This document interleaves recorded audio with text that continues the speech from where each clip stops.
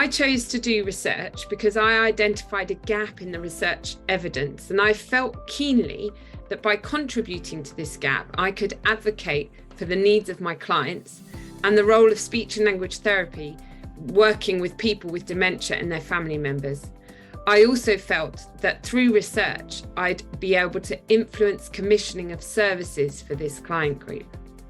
I chose to do research because while I was working as a speech and language therapist in a community rehab team, I became increasingly frustrated by the lack of consistency in approach to finding out what people's goals were and supporting them to achieve them.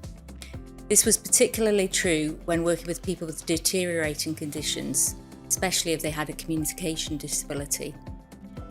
So after several attempts, I managed to get funding to embark on a PhD part-time while still working my SLT role in the community team. I finished this in 2014, having developed a theory-based intervention that changed practice in a hospice and is now used widely in palliative care settings. I chose to do research for a couple of reasons really. First, I was curious about the evidence base for the work we do as speech and language therapists.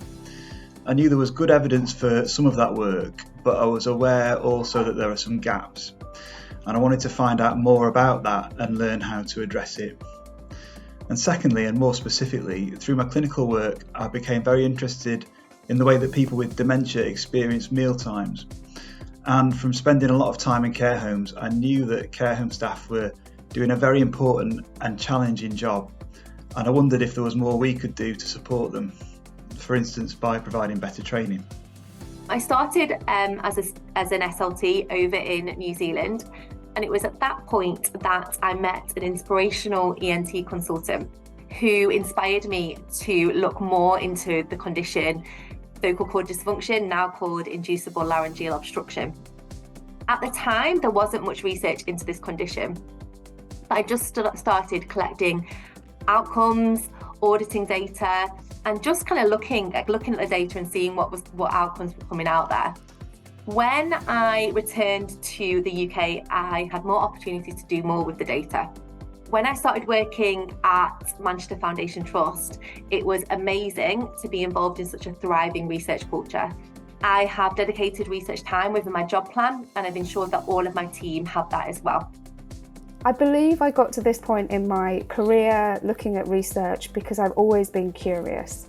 I've always had questions about why we do what we do in clinical practice, whether that's the small things about decision making around intervention, or whether that's the larger things about understanding the etiology or the anatomy or physiology related to an underlying condition or problem. I subscribe to the opinion that I'm always the learner and not the knower, and any clinical setting I go into, it's being humble enough to stand beside our patients and our families and really hear what their experiences are. And in thinking about that raised questions about their voice in our research and their voice in how we decide what we do. I was fortunate enough to be supported by colleagues and clinicians alike in exploring these questions and trying to find answers for them. Starting out small with case studies, small presentations, poster presentations, leading on to peer-reviewed journal articles and international presentations. My research interest really started when I was working with spinal cord injury patients.